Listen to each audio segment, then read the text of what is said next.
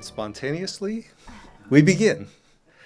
My name is Barry Singer. Welcome to Chartwell Booksellers. I'm the proprietor of Chartwell Booksellers. We've been here 36 years. I don't believe it myself.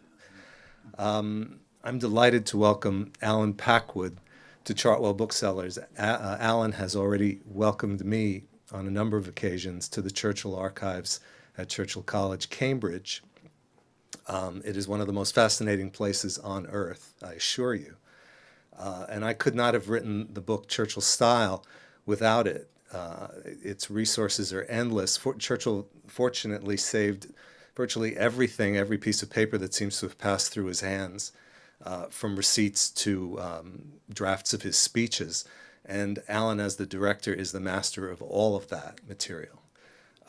It's a wonder only that he took this long to finally put it to use himself for a book, but I'm glad that he finally did. The book is excellent. I just finished it.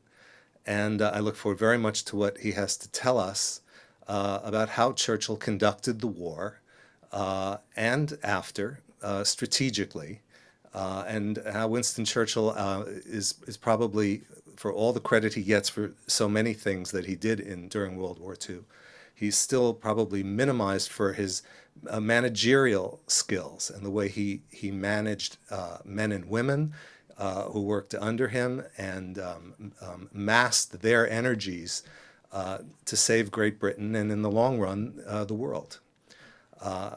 Ladies and gentlemen, Alan Packwood.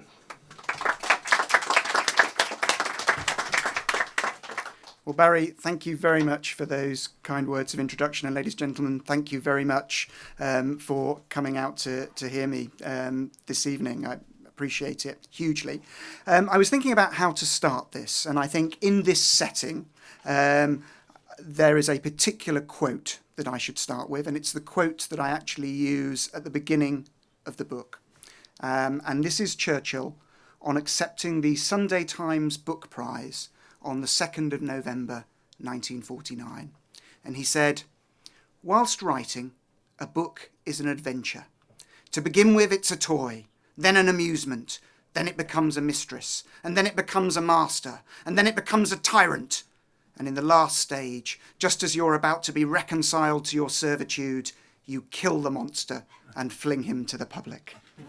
Well, as you've just heard, this is my first book, and I am now flinging it to the public. I do so rather nervously, particularly here in this setting, because, of course, as you all know, both qualitatively and quantitatively, this is the best Churchill bookshop, I think, anywhere in the world.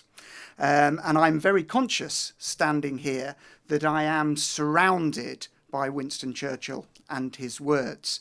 And this, of course, is the man who stood up in the House of Commons and said, "I think it best for all parties to leave the past to history," especially as I propose to write that history myself. And write it he certainly did. And of course, his own writings have been followed by the official biography, started by his son Randolph, completed by Martin Gilbert, but with companion volumes still being produced by Hillsdale. And of course, in addition, there are an estimated 1,000 or so other biographies of Winston Churchill.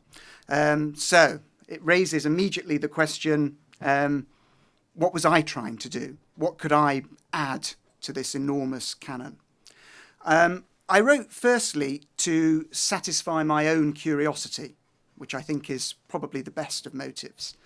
A lot of what you see and read about Churchill outside of specialist gatherings like these can be very superficial and very black and white.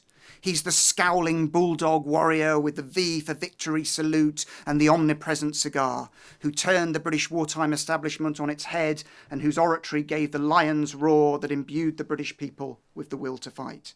He's become an icon that is now, of course, celebrated on the British £5 note, where if you look, the hands of Big Ben are permanently frozen at 3 p.m. commemorating the moment that he finished delivering his blood, toil, tears and sweat speech, his first parliamentary address as Prime Minister, an address in which he famously promised victory at all costs, victory in spite of all terror, victory however long and hard the road may be. Yet, of course, behind the icon was a man, and behind the rhetoric was a question. How? How would and could Churchill seek to deliver that victory? His 6-minute speech on the 13th of May was an oratorical masterpiece, but it contained no details of strategy or policy. When the war was finally all over, in September 1945, and after he'd lost office in the general election, Winston Churchill flew to Lake Como in northern Italy. And this was meant to be a holiday, a chance to paint, to rest, to recuperate. But of course, Churchill also had his own agenda. And as reading matter, the former Prime Minister took with him specially printed volumes of his own, still secret, official minutes. Here, on green paper in blue-bound volumes marked property of His Majesty's Britannic government, were the instructions, statements and questions with which he'd continuously bombarded all those around him during the course of his premiership. And according to his doctor, Lord Moran, Churchill remained buried in these documents for the entire 5.5-hour journey, so 1 hour for each year of his premiership, only taking his eyes from the script to light a cigar. This was about more than reliving past glories and seeking reassurance in the aftermath of his electoral defeat. Churchill's thoughts were already turning to the future, to the possibility of publishing his personal account of the conflict, what would become his multi-volume history of the Second World War. And in part, his motivation was to ensure that his wartime leadership was properly understood. People say my speeches after Dunkirk were the thing. That was only a part, not the chief part, he complained. They forgot I made all the main military decisions. So what were those decisions, and how were they taken? I wanted to write an archivist's book, to strip away the layers of hindsight and to look at Churchill's leadership in the moment. And it is perhaps an obvious and self-evident thing to say, but while waging war, Churchill and his contemporaries didn't know how it was going to turn out. And it's approach that is perhaps best illustrated by a quote from John Martin, a civil servant who joined Churchill's inner team as private secretary in the spring of 1940. Because when reflecting on those momentous days, Martin was prepared to admit, with the luxury of hindsight, they may have formed the finest hour. But that was not how they had seemed at the time. Then, he wrote, they had been a time of agony piled on agony. And this brings me to my first point and my first chapter in the book, which is that we need to remember that Churchill was often waging war from a position of weakness. Now, he undoubtedly saw his assumption of the premiership in May 1940 as a defining moment, later writing, I felt as if I were walking with destiny and that all my past life had been but a preparation for this hour and for this trial. But it's easy for us to forget that there were many in the British establishment and among the political elite who didn't share his confidence. From the outbreak of war, Churchill had been back in Neville Chamberlain's War Cabinet as First Lord of the Admiralty, the civilian minister in charge of the British Navy. But he was felt by many to be an opportunist and a maverick. He'd first entered the British Cabinet in 1908 at the age of just 33, and over the course of the next 20 years he'd served in many of the major offices of the British state. But it had been a roller coaster ride. And in the decade leading up to the outbreak of war, he'd been excluded from high office. To some of his political contemporaries, he was a reactionary figure who had told the suffragettes he would not be henpecked, had championed the costly Gallipoli campaign in World War I, and had dismissed Gandhi as a half-naked fakir. Some had even dismissed his calls for rearmament in the face of Hitler's growing power as a cynical ploy designed to undermine Prime Ministers Baldwin and Chamberlain, though of course it had gained him the support of large sections of the press and public. His long and controversial career with its changes of party had made him enemies on both sides of the House of Commons. As you'll know, he started as a Conservative, switched to the Liberals, then back to the Conservatives, apparently allowing him to remark, anyone can rat, but it takes a certain ingenuity to re-rat. Such fears, suspicions, rivalries and jealousies were only exacerbated by Churchill's forceful personality, a combustible mix of eloquence, self-confidence and energy, with a tendency to dominate that didn't always make him a congenial colleague. This, after all, is the young man who told his friend Violet Bonham Carter, "My dear, we are all worms, but I do believe that I am a glowworm." The wonderfully named General Sir Edmund Ironside, chief of the British Imperial General Staff at the beginning of the war, observed in his diary that Churchill's physique must be marvellous, but I cannot think that he would make a good Prime Minister. He has not got the stability necessary for guiding the others. And Jock Colville, who would become one of Churchill's closest friends and advisors, was in Downing Street ahead of Winston. He started the war as a private secretary for Neville Chamberlain. And he was equally damning initially, writing in his diary, "His verbosity and restlessness make a great deal of unnecessary work, prevent any real practical planning from being done, and generally cause friction." The paradox of Churchill's position on the eve of assuming his premiership, a would-be war leader with responsibility but no executive authority, is nicely captured by Leo Kennedy, diplomatic editor of The Times, in his diary entry for the 4th of May 1940. And this diary survives in the archive. And Kennedy wrote, "There is a drive against Chamberlain. I can't quite see who can advantageously take his place. Curiously enough, what is really needed is that Winston should be made to take a rest. He's overdoing himself and taking the strain by stoking himself unduly with champagne, liquors, etc. Dines out and dines well almost every night.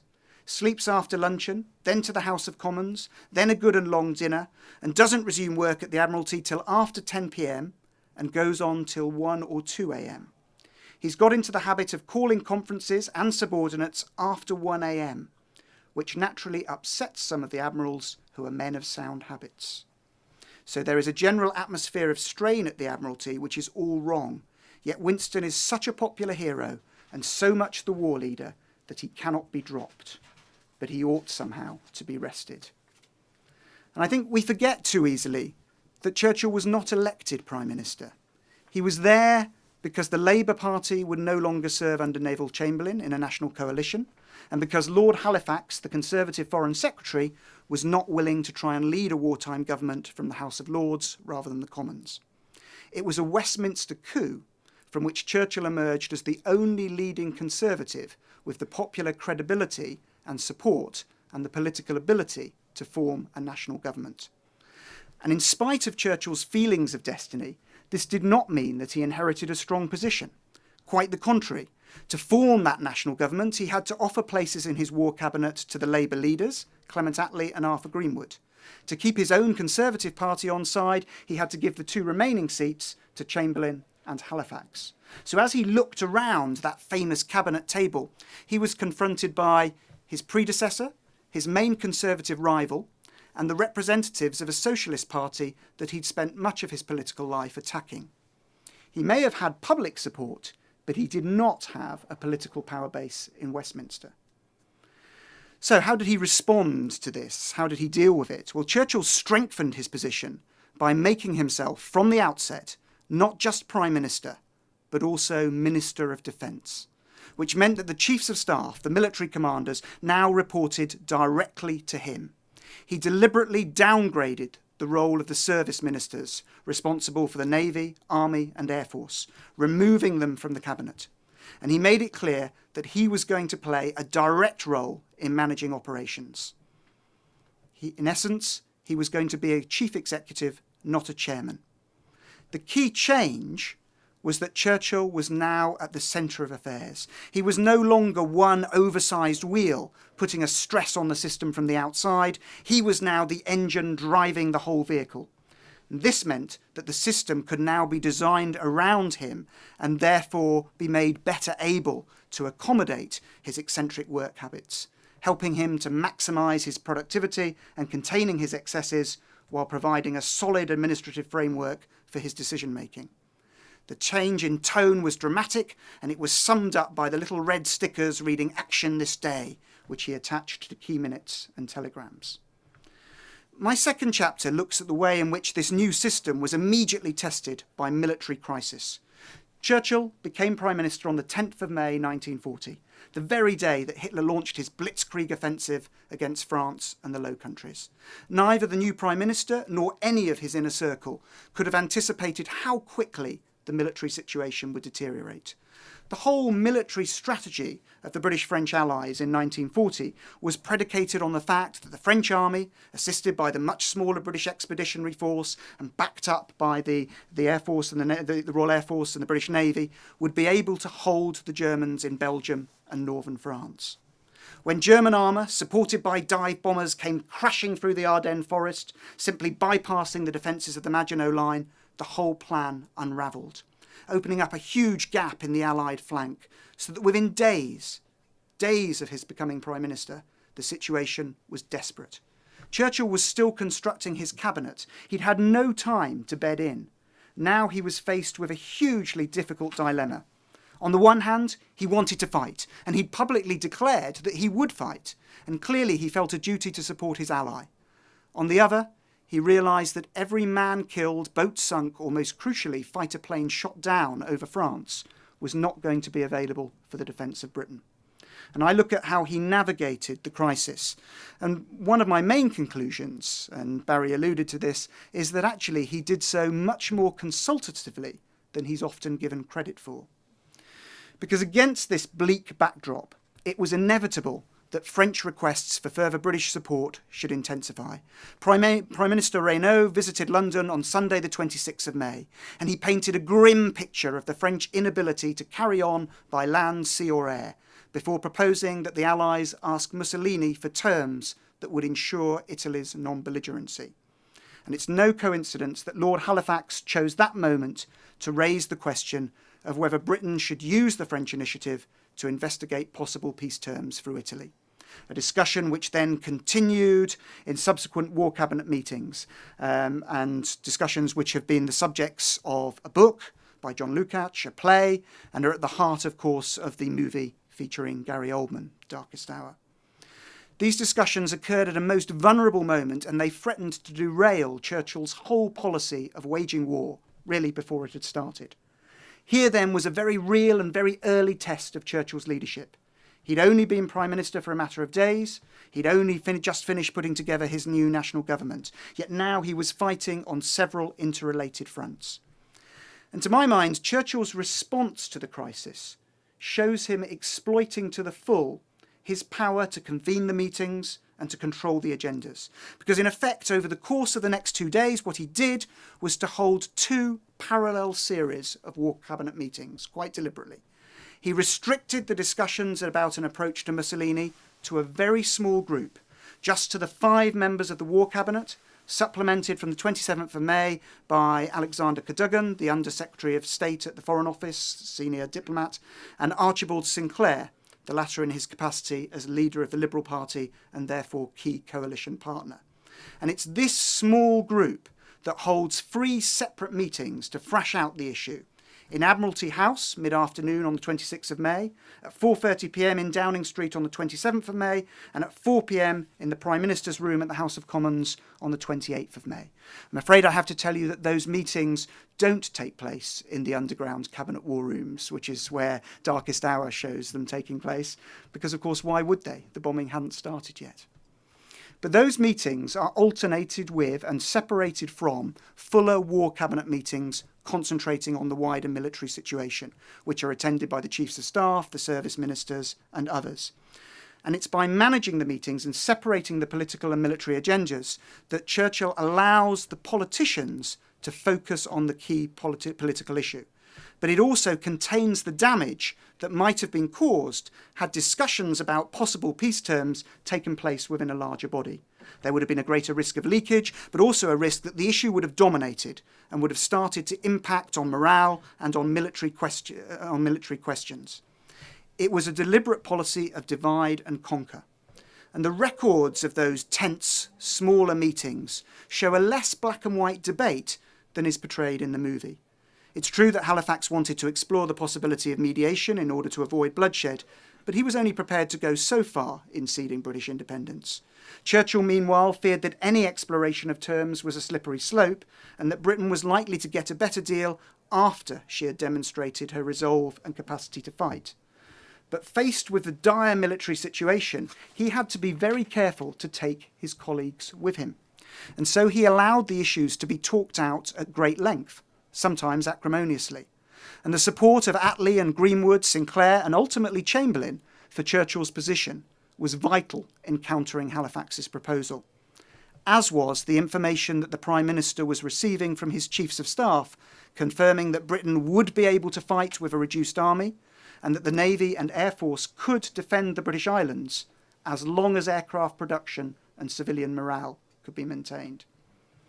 Churchill's final ploy on the afternoon of the 28th of May was to break the smaller War Cabinet discussion halfway through and to call his first meeting of all the ministers outside of the War Cabinet, all the members of his government. He didn't have to take the tube because the two meetings both took place in his parliamentary office. And to my mind, suggesting that he needed his resolve stiffening by others at this key moment does him a disservice. Churchill was always going to fight if he could. The question was, would he be able to take others with him?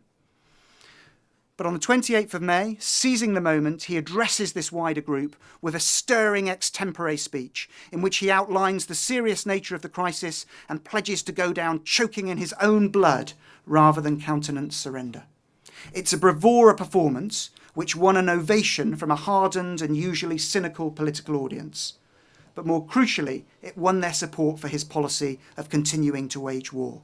Leo Amery, Secretary of State for India, a near contemporary of Churchill's, of course, famously the elder boy that Churchill pushed into the swimming pool at Harrow, was at this speech. He wrote that it left all of us tremendously heartened by Winston's resolution and grip of things. He is a real war leader and one whom it is worthwhile serving under. And when the War Cabinet meeting resumed immediately afterwards at 7 p.m, it was clear that Churchill had effectively won the argument against any exploration of negotiations. But the timing of his intervention had been critical. He'd played his hand well, keeping his cabinet together and preparing his government for the collapse of their ally. Yet with the Battle of Britain and the Blitz about to be unleashed, he cannot have seen it at the time as a turning point. At the time, he was simply trying to find a way to keep fighting. It's British weakness in the aftermath of the fall of France that influences Churchill's war strategy going forward. He has promised victory, but how is he going to deliver it? From September, London is being hammered by the Blitz. From the 7th of September, it's bombed for 76 nights, excepting only the 2nd of November. And no one knows at that point whether a modern city can survive such a sustained and heavy bombardment from the air.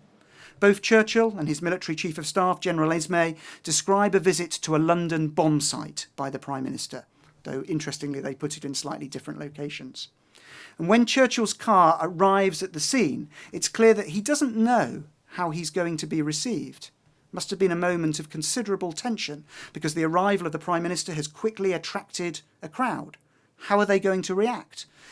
Would their grief and anger be directed against him and the establishment for leading them into such peril and for failing to provide better protection?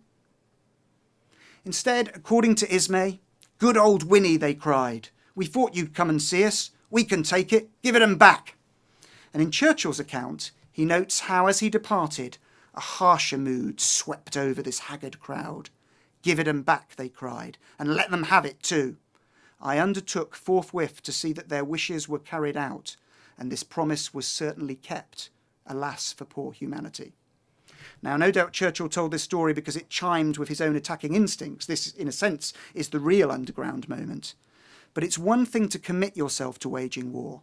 It's another thing to actually deliver an offensive in 1940, because Churchill's options are severely limited. How is he going to give it him back? How is he going to take the fight to the enemy? Britain cannot fight in France other than by small-scale commando operations or special operation executive raids behind the lines, both of which, of course, he encourages.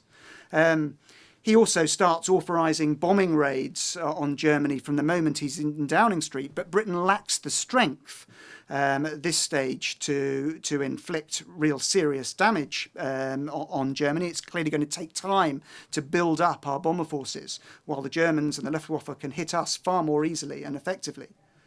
Well, One theatre where he can take the fight to the enemy, where he does have troops and a fleet, is the Mediterranean, especially once the Italians are in the war in June.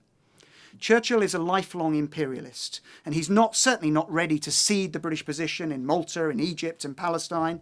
He also knows the Mediterranean well, and he chooses it as a viable battleground. It's a logical decision, but it's one that carries huge implications. First of all, of course, it means that he is sending armour overseas to the Mediterranean, denuding Britain of tanks and armour that could have been used for home defence. It's also true that once you commit to fighting in the Mediterranean, it's going to be difficult to get out, especially once the Germans move down, as they inevitably do, into Yugoslavia and Greece. But also, resources are finite. If you divert resources to the Mediterranean, you're going to be doing that at the expense of other theatres. General Dill, as Chief of the Imperial General Staff, argues very strongly at this point for the defence of Singapore, reminding Churchill that it's always been the priority for British policy to guarantee the defence of Australia and New Zealand, something that Churchill himself has clearly signed up to in the past.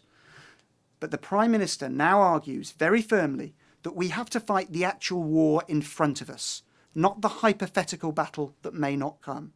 And besides, he argues, if the Japanese try an attack in the Far East, they'll have to go through the American Pacific Fleet, which therefore ultimately guarantees the security of Singapore. Unfortunately, the Japanese come to the same conclusion and provide their own answer. But Churchill's decision to fight and to take the offensive leads him into the Mediterranean and sets up all sorts of consequences for the rest of the war. In chapter 4 of my book, I look at the whole question of fighting with allies and how Churchill came to co-create the Atlantic Charter in an attempt to move the Americans closer to war, only then to suddenly and unexpectedly find himself in alliance with the Soviet Union. It's a period that is perhaps best summed up by two quotations, both recorded by Jock Colville in his diary. On his courtship of the American president, Churchill proudly admitted, according to Colville, "No lover ever studied every whim of his mistress as I did those of President Roosevelt." While in his justification for his support for the Soviet Union after the German invasion, he remarked that if Hitler invaded hell, I would at least make a favourable reference to the devil in the House of Commons. The truth is, he had no choice but to almost simultaneously embrace the principles of the 1941 Atlantic Charter and the realpolitik of the 1942 Anglo-Soviet Treaty, even though it's clear right from the beginning that they're going to pull in opposite directions. He didn't know how long the Russians would hold. He didn't know how long the Americans would wait before coming in. There's very little doubt that his personal preferences and priorities lay in the West with the United States. But it's clear that the American and Soviet attitudes to the post-war settlement, and especially to the fate of Balkan and East European countries that border on Russia, were going to be very different. Now, in 1941, these problems were hypothetical, and they were subordinated to the need to obtain military victory. But as the war progressed, Churchill would inevitably find himself caught between the contrasting attitudes of his two allies. Did the defeated nations have the right to determine their own form of government? Should Poland be forced to cede territory to the Soviet Union against her will? How might a policy of assigning spheres of influence in Balkan countries be reconciled with the clauses of the Atlantic Charter, which opposed territorial aggrandizement and interference? Now, Churchill was clearly aware of the challenges, but in the short term, he knew he needed both the United States and Russia. His heart yearned to bring the Americans into the conflict. His head knew that he had to keep the Soviets there. Chapters 5 and 6 look at how Churchill responded to a most difficult period in the war. We tend to focus a lot nowadays on 1940, and that perhaps leads us to forget how long the war was and how bleak some of the later periods were. The fall of Singapore in February 1942 had the power to do Churchill real harm. It coincided with a renewed offensive by Rommel in the North African desert, and then, more or less the same time, the German battlecruisers Scharnhorst and Gneisenau, along with the cruiser Prince Eugen, slip undetected from their moorings at Brest and make their way brazenly up the Channel to safety in Germany without being sunk, having only been belatedly detected and attacked by the Royal Navy and Royal Air Force. It looked at the time as though Britain was being outsmarted and outfought in each theatre. Public opinion was outraged. Cadogan felt it to be the blackest day yet of the war, and Churchill later conceded that it was certainly not strange that public confidence in the administration and its conduct of the war should have quavered. Indeed, he now found himself criticised from all sides. To the Prime Minister of Australia, John Curtin, the loss of Singapore was always going to be an inexcusable betrayal. And viewed from Australia and New Zealand, Britain clearly should have done more to secure Singapore's defence. Yet, as the War Cabinet noted on the 16th of February, as soon as Singapore had fallen, in retrospect, it now seemed a pity that we'd sent the 18th Division.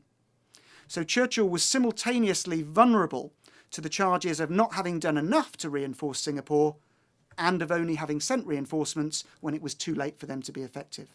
And the same was true of his decision to send the battleship Prince of Wales, which was sunk by Japanese air attack along with HMS Repulse on the 10th of December. Not only had the Prime Minister insisted on the ship's dispatch, but he'd also chosen to publicise the fact as a deterrent to Japan and a reassurance to Australia and New Zealand. So I try and look at how he manages this crisis, and I think he does it by facing down growing opposition in Parliament, by allowing debate, calling a confidence vote, but also by cleverly restructuring his War Cabinet.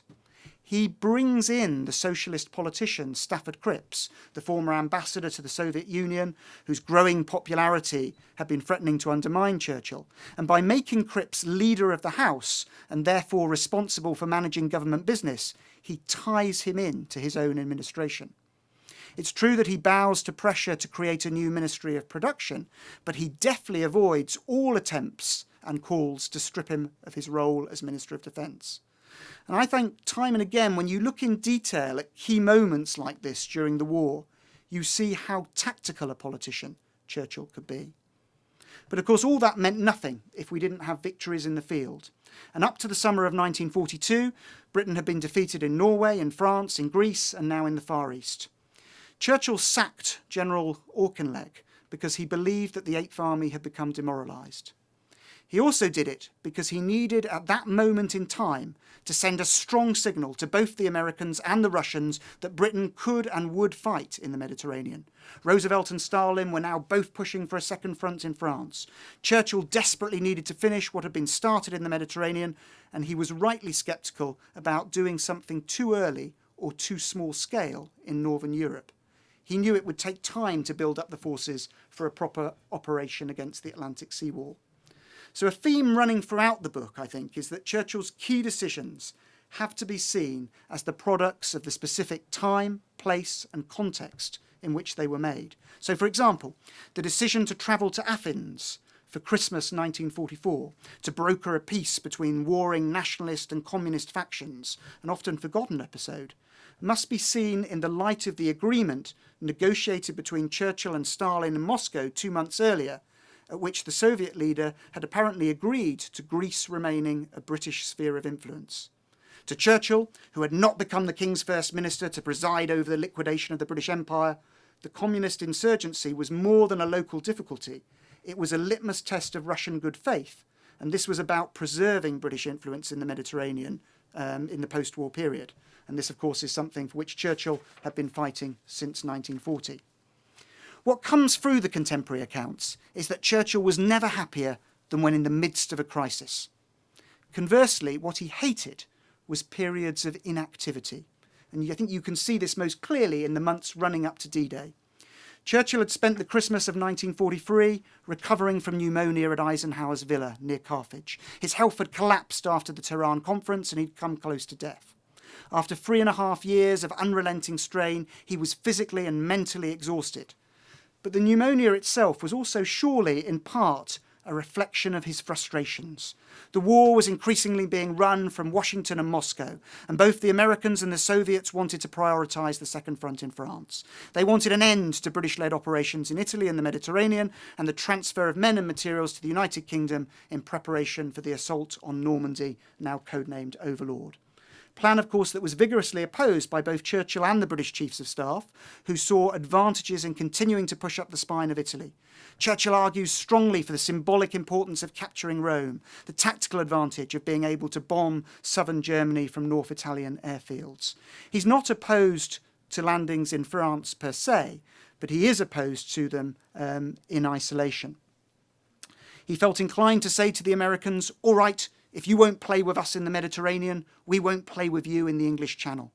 And he warned about the dangers of the tyranny of overlord, telling his doctor that because the Americans want to invade France in 6 months' time, that's no reason why we should throw away these shining, gleaming opportunities in the Mediterranean.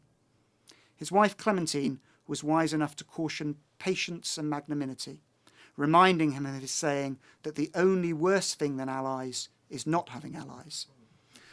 Now, in part, of course, this was about winning laurels for the British Army and continuing to play a major role. And it's quite clear that Churchill felt that the little British donkey was now being squeezed between the Russian bear and the American buffalo. The diaries of Brooke, General Brooke and Cadogan for the first half of 1944 record their personal frustrations with the Prime Minister, and they do it in terms that often reflect on his declining physical and mental health. To Cadogan, Churchill was complaining of his legs and could no longer walk or even stand for very long. He was flushed and very woolly. He was not the man he was 12 months ago and was rambling without a pause. While Brooke speculated that the Prime Minister might not last 3 months, he was failing fast, was dull, lifeless and missing the main points. And at other times it seemed as if Churchill had lost all balance, so that Brooke felt as though he were chained to the chariot of a lunatic. But Churchill did not take to his bed and have a nervous breakdown, as one recent movie would have you believe. No, his response actually was to seek the stimulus of action. He orders Admiral Ramsay to draw up a plan that would see him landed on the beaches on D-Day. Ramsay does it, very reluctantly, knowing that Eisenhower is going to disapprove. But Churchill knows that the only man who can actually stand him down is the king. So he uses a royal audience to try and persuade the king, well, wouldn't it be great, as if in days of old the two of us could go over together and lead our armies into victory. The king, a former naval man himself, is swept along by all of this, but of course his aides tell him very quickly that there is no way he can go. This would be a major constitutional crisis. Not only that, he has to tell Churchill that Churchill can't go. But even then, it takes 2 handwritten letters from the king to Churchill before he grudgingly stands down.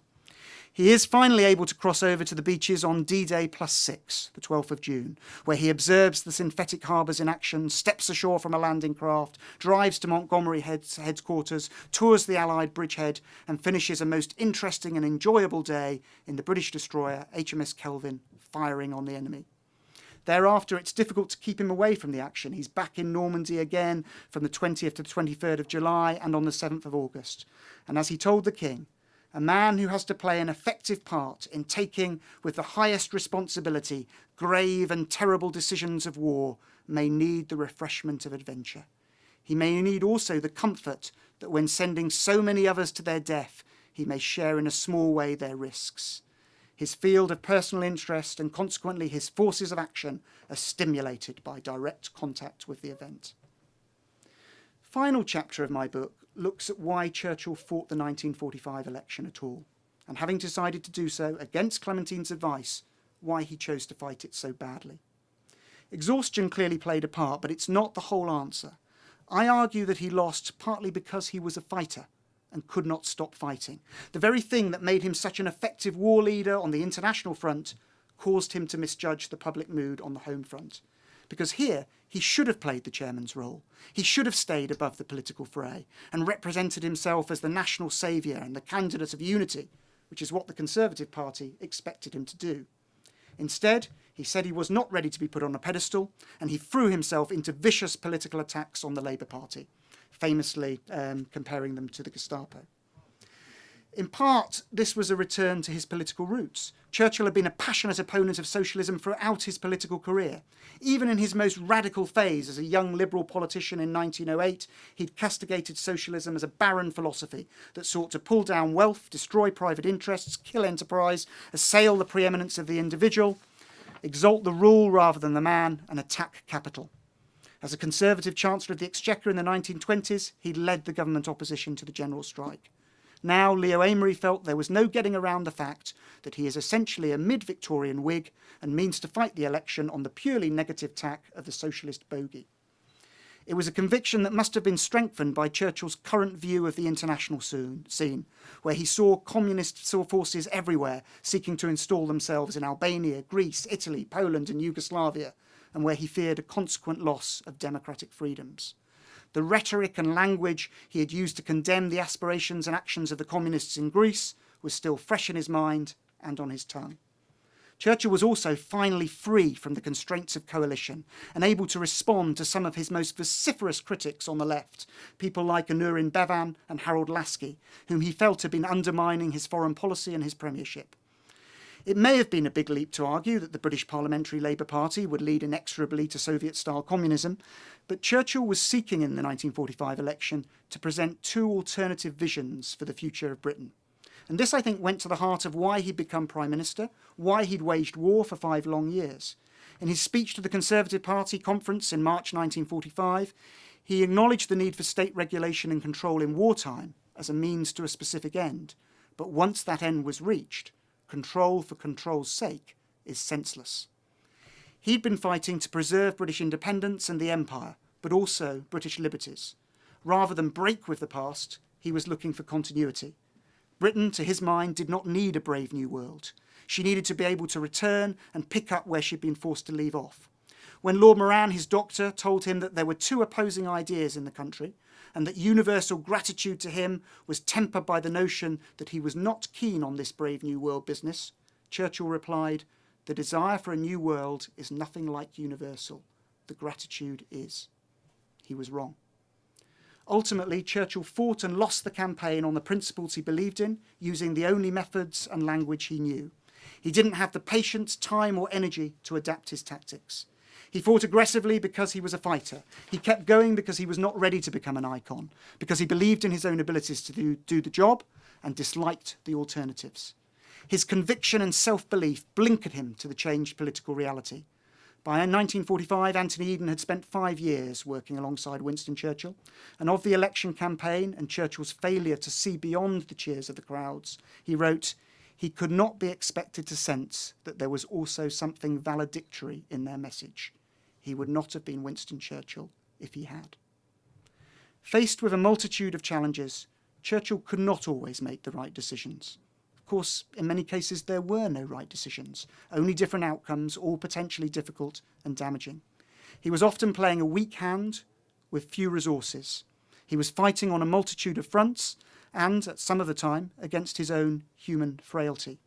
His preferred response was to live in the moment, to prioritise, debate, and then act upon the evidence immediately in front of him. Many of those who worked most closely with him spoke about his ability to find and focus on what was most important. And Lord Moran recalled Clementine telling him that Winston always saw things in blinkers. His eyes are focused on the point he's determined to attain. He sees nothing outside that beam. Churchill gambled that one success would lead to another. This was about seizing the moment. The key to victory was to win the immediate battle in front of you and to keep moving forward. One battle at a time. That was how Winston waged war. Nor did he pretend it was otherwise. Speaking to the Commons on the 27th of February 1945, in the aftermath of the Yalta Conference, he reflected on his role. And he said this: "In 1940 to 41, when we in this island were all alone and invasion was so near, the actual steps we ought to take seemed plain and simple. If a man is coming across the sea to kill you, you do everything in your power to make sure that he dies before he finishes his journey. That may be difficult and painful, but it is at least simple. Now we enter into a world of imponderables, and at every stage occasions for self-questioning arise. It is a mistake to look too far ahead. Only one link in the chain of destiny can be handled at a time." And in my opinion, it was by keeping his eyes fixed on strengthening the individual links that Churchill helped to forge the chain, which led to victory. Thank you.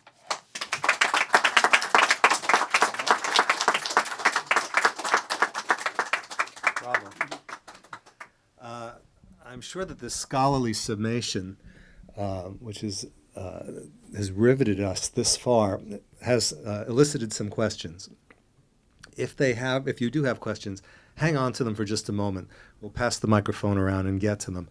But I also wanted to just take a moment to frame for you Alan Packwood and allow Alan to tell us just a little bit about how does one become the director of the Churchill Archives?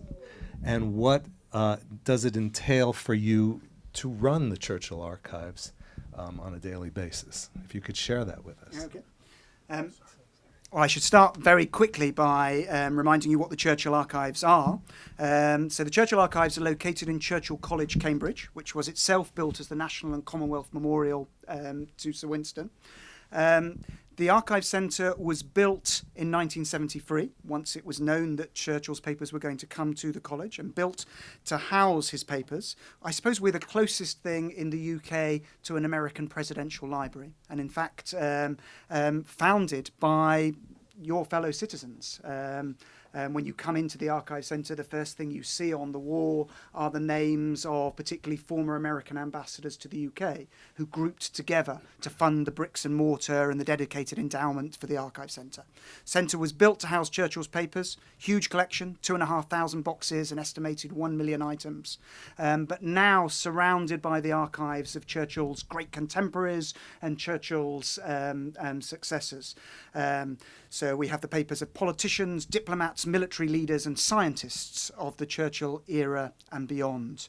And in addition to Churchill's papers, we now have Margaret Thatcher's, which we've opened up to 1989, John Major's, which we're currently cataloguing, and we're about to receive Gordon Brown's. So I suppose I can joke that we're the equivalent to 4 American presidential libraries in a way. So, I mean, it is an amazing resource of material brought together under one roof for the study of the modern era. How I come to be involved, I suppose, is for an interest in history, is the short answer to that question. I've always been interested in history. I did a history degree at Nottingham University. Back in those days, my interest was in medieval history, and I first came to Cambridge in 1989 to write a dissertation on the Teutonic Knights in the Latin Kingdom of Jerusalem, which is now buried somewhere in the bowels of the university library, hopefully never to be seen again. And I realised very quickly that my medieval French and my medieval Latin weren't going to be good enough to continue in that vein. But I started volunteering in Sydney Sussex College Archive, and that led me to archives as a possible career. And that's what led me ultimately to Churchill College, where I was employed way back in 1995 as a young, green, naive archivist to help catalogue and exhibit Churchill's papers. And at that point, there was a team of 5 of us working to catalogue his papers. So it was a 25-year project, effectively 5 people for 5 years. So a huge undertaking, and I was lucky enough to stay. And when Piers Brendan stepped down as keeper of the archives, as it was then called, in 2001, I replaced him first as acting keeper and then director. In the years since, the Archive Centre has continued to grow.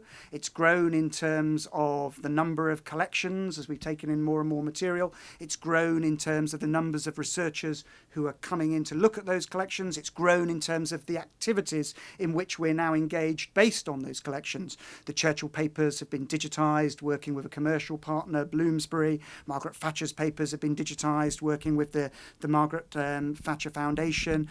We've had Churchill exhibitions at the Library of Congress, at the Morgan Library. More recently, we contributed to the Churchill's Shakespeare exhibition at the Folger Library, and we're about to contribute to the FDR, Churchill and D-Day exhibition at the Roosevelt Library, which is due to open at Memorial weekend.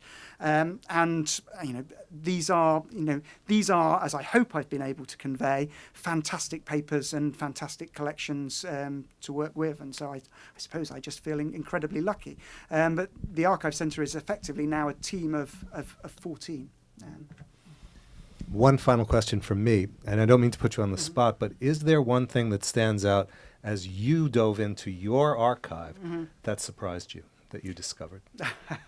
Well, I mean, there are all sorts of things. I mean, obviously, you've got the sort of great iconic documents that everyone knows. So you have Churchill's Notes for his great speeches and broadcasts. And of course, as many of you here will know, the fascinating thing about them is the way that Churchill set them out on the page. So he would dictate, the duty secretary sets it down, first of all, in normal typescript like this. He goes through and annotates and changes. And then when the speech is in its final form, it's taken away by the duty secretary. It's retyped at about this size, so it fits comfortably into his hand or pocket, and set out on the page in this blank verse format like poetry. And of course, when you look at it, it's just so visual, and you can see immediately why he did it, because what it does is to give him the rhythm, the emphasis, and the pauses. So you've got those great things. But I mean, I also like some of the sort of more ephemeral parts of the collection, perhaps. So two of my favourite files relate to the wartime testing of Churchill's cigars. By 1941, it had become pretty clear that perhaps we weren't going to lose the war. And as a result, Churchill starts to receive lots of gifts, particularly of cigars. And he receives one very large cabinet stuffed full of cigars from the National Tobacco Commission of Cuba. And if you go to his house at Chartwell, you can see this cabinet because it's what he subsequently kept his paints in. So it's there in his painting studio. But his office get really worked up and exercised about this because they feel there's a real risk that coming through South American countries like Cuba or Uruguay, that some of these cigars could be tampered with, and particularly that they could be injected with some tropical poison. So they send Churchill a number of minutes telling him that whatever he does, he must not smoke these cigars. And they bring in Lord Rothschild of MI5 to supervise the testing of these cigars, which Lord Rothschild does by taking a sample of the cigars, boiling it down into a broth and feeding the broth to mice. And when no ill befalls the mice, a select, presumably volunteer scientists, have to stand there with samples of this cigar broth on their tongue for set periods of time. And at the end of this, of course, they're able to pronounce the cigars that have been tested safe. But the only cigars that they can prove are safe are ones they've also destroyed. So they continue to tell Churchill not to smoke these cigars. But there is evidence in a memoir by Lord Balfour of Inchcarie that after one subcommittee meeting of the cabinet, he takes this group of men down to the cigar cabinet, opens it, hands out cigars to them all and says, "Gentlemen, I'm going to try an experiment. It may well be that each one of these cigars contains some deadly poison," which I think is revealing of how difficult it was to protect the Premier. I love that story. So then they all went down together. They all lit up, and that's Churchillian in the extreme. Any other questions? Can you hear me? I hope you don't mind a non-specific question about how you wrote your book. It's hard work, and you almost had too much material to pick from. So I'm interested in anything you can share. Well, my mind was rather focused by the fact that Churchill College only gave me a 6-month sabbatical. Now, of course, incredibly generous of them to do that. They didn't have to do that at all. I'm not an academic professor as director of the Archive Centre, so I'm not entitled to any sabbatical. So extremely grateful to the college for considering one at all. Of course, having worked with this material for a number of years and having been involved in curating various exhibitions, writing various articles, delivering talks like this one, I had developed sort of certain aspects that I thought I could work up into particular chapters. But it was really the sort of the 6-month time frame that really focused the mind. I got some very, very good advice from Professor David Reynolds at Cambridge University, and some of you will be familiar with his excellent work on Churchill. He told me that I should write from day one. And I think that's probably very good Churchillian advice, actually.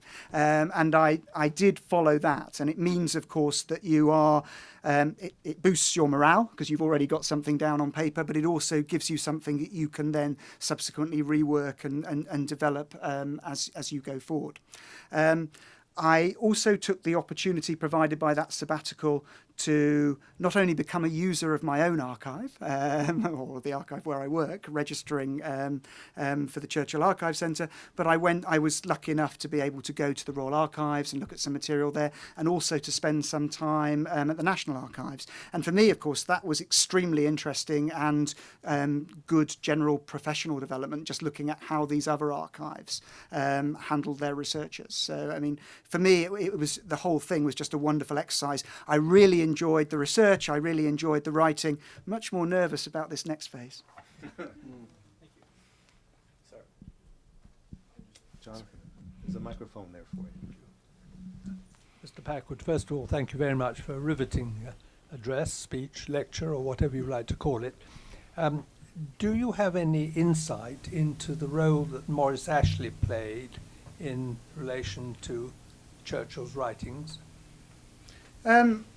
Yes, and I mean, certainly there is a mass of material in the archives that would shed light on it, in that we have all of Churchill's literary papers for all of his major histories, and it includes, of course, not just the original typescripts, but then the galley proofs. And I don't know if you've ever seen any of those Churchillian galley proofs, but they're really interesting. When they come back, they're handed around to the team, and the team all annotate in different colours. So Churchill will annotate in red, Maurice Ashley might annotate in green, Wood, Churchill's proofreader, might come in on pink, and others. So it enables you to see exactly what each person's contribution is. But beyond that, of course, people like Maurice Ashley, people like Bill Deakin, played an absolutely vital role in helping Churchill with his formidable literary output. I mean, these are the people who he's relying on to go out into the archives, to raid the secondary sources, to assemble the material for him, what he called, of course, lovely grub, and to bring it to him. And then he would know what narrative he was aiming for, and he would take that material and he would turn it into his Churchillian prose. But then he would also be relying on these individuals to go back through and to check it all for him. So I mean, it's a huge role and a very significant role. And if you come to the Archive Centre, we'd certainly be able to show you some of it. Well, I knew Maurice Ashley quite well when he was editor of the Listener. So thank you for that. Next one more. You have another? Yeah, Sure. There's one over here. Would you guys share this? Sure. Pardon me. Hello, thank you, sir, for coming. My question, the structure of wartime government that Churchill changed by becoming Minister of Defense, was that the structure in place for the First War? Was this something that was static in British government? He took some of the things that had been implemented in the First War, in particular the idea of a smaller inner war cabinet, so that you don't have a huge war cabinet trying to run a war. You take a small selection of ministers to take the key decisions. That was something that was inherited from the First World War. What was different was this idea that Churchill would make himself Minister of Defence, which means that the military chiefs are reporting directly to him rather than through the First Lord of the Admiralty or the Secretary of State for War or the Secretary of State for Air. That's an innovation. I think it's an innovation that comes about partly because of his experiences in the First World War. I mean, as you all know, Churchill's First War gets off to a wonderful start with him mobilising the fleet, but then comes a cropper over the Dardanelles and Gallipoli, and we could spend a lot of time talking about that. But of course, the problem is that he is seen as the leading advocate for the Gallipoli campaign in cabinet, and when it all goes wrong, he is the obvious political scalp, particularly if Asquith is going to bring in the Conservatives who haven't forgiven Churchill for defecting to the Liberal Party. But the lesson that Churchill took away from the Dardanelles campaign was that if you're going to embark on these great exercises of war, then you need to make sure that you've got the executive authority to do it. And he saw the lesson of the Dardanelles as the fact that there was no overall clear political or military executive responsibility. There were the politicians, there were the military leaders, there were the French, the British, the Australians. There wasn't adequate coordination between the army and the navy. So his lesson was you needed to centralise that. You needed the clear executive authority to take those executive decisions, and that was what he was trying to put in place. So there's a question down there. On the same vein, how important was his disgust with Asquith's hands-off policy, or playing cards and drinking instead of attending to the war? Well, that was never going to be Churchill's response. Now, this is partly character, I think, and temperament. Churchill's character is very different from that of Asquith's. He is always a hands-on politician. Anything he does, he wants to be at the heart of. And of course, this is something that had got him into trouble many times before the First World War. And of course, it's one of the things that means that he's being criticised in 1939 when he's First Lord of the Admiralty. Chamberlain, Halifax, many of the senior civil servants are regularly complaining that he's exceeding his brief, straying beyond purely naval matters, trying to interfere in other aspects of the war. And that is his character. And it means, of course, that he's a very difficult colleague and likely to cause friction when he's outside of the centre. But of course, when he's at the centre, and when he's able to bring the Downing Street machine together with the Imperial War Secretariat, which he has access to as Minister of Defence, along with his own external advisors, people like his scientific advisor, Professor Lindemann, his fixer, Brendan Bracken, Desmond Morton, his expert on intelligence. He can bring all of those people then together in one team and forge one team, and that then becomes very powerful once that team is at the centre rather than causing friction from the outside. One last question for me. What was the follow-up personally to him of his decision to bomb the French fleet? I think he found it an incredibly difficult decision on one level, in the sense that Churchill is a Francophile. His mother had been brought up in the court of Louis Napoleon III. For all the talk of the special relationship with the United States, France is the country that he'd visited more than any other. He is a huge admirer of Napoleon, and during the First World War, a great supporter of the French army, an admirer of Clemenceau and Foch, who he writes about in sort of great contemporaries. So it can't have been easy from that point of view. And of course, he cries when he's announcing the decision in the House of Commons. But equally, I don't think it's a decision that he hesitated on at all. He knew that the stakes were so high at that moment. You're in a position where if the French fleet were to fall into German hands and were to be combined with the Italian fleet and the German fleet, then we're clearly going to be outgunned in all theatres. We're going to lose the Mediterranean, which is where he now wants to take the offensive. So on political military grounds, I don't think it's a decision he hesitated over at all, and it's quite clear from the Cabinet minutes, the Defence Committee minutes, that he was the one who was really driving that, and that several of the admirals express reservations about the sinking of the French fleet at Mers el-Kabir, but he's going to drive it through whatever. It's also, I think, a very clear statement of intent that you are going to fight on, and it sends a very clear signal, particularly to the United States.